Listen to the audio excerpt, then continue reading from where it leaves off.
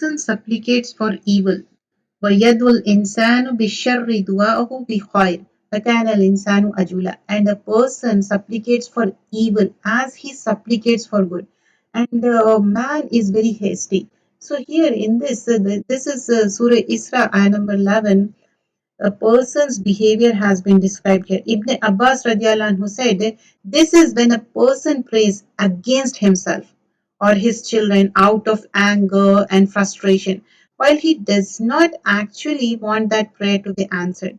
Meaning he does not actually mean it, but because of his impatience, and remember that impatient hastiness, this is from whom? Shaitan. Because of that, out of anger, frustration, a person begins to pray against himself.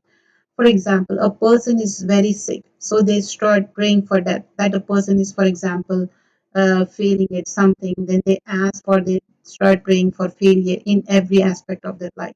That a child has disappointed them, and they start making dua against that child.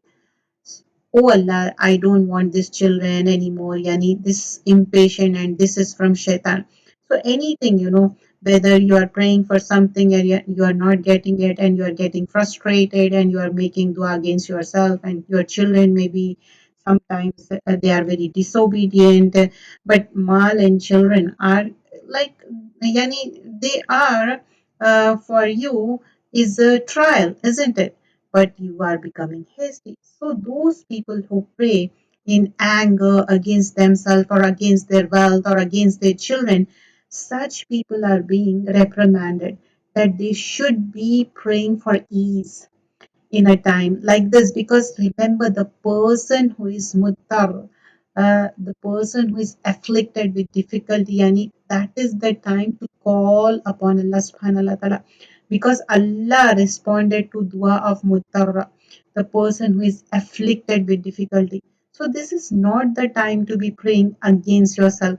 We learn in a hadith, do not invoke curse on yourself, and do not invoke curse on your children, and do not invoke curse on your servants, and do not invoke curse on your property, lest you happen to do it at time when Allah is asked for something and grants your request. Yani there is a time when Allah grants your request, and that must be the time.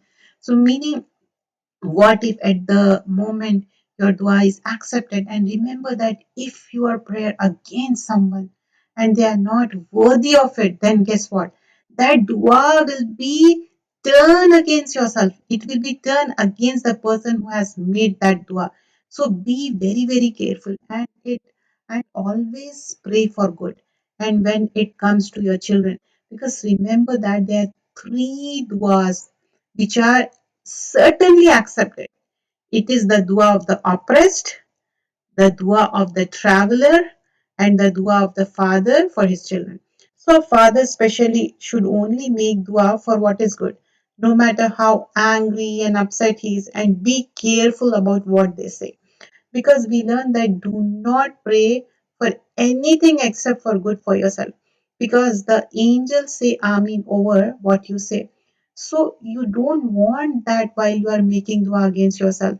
The angels say Amin to that. So what we learn from this, like, whenever you are angry and upset for some reason, Bayadul insana bishar, don't make dua for shar instead of khair, dua bi khair instead of khair, because Allah says وَكَانَ الْإِنسَانَ عَجُولًا, because a man is very hasty. So we shouldn't be hastiness in cursing yourself or cursing your children, because when Allah says Ameen, it will be accepted. And sometimes somebody is being very oppressed, or somebody is doing oppression towards you, or sometimes you are doing oppression against somebody. You have to be careful, because zulm is not accepted. Allah does not like that. So may Allah guide us all. Jazakallah khairan kaseera. Do subscribe the channel, please. Channel name is Quran for All.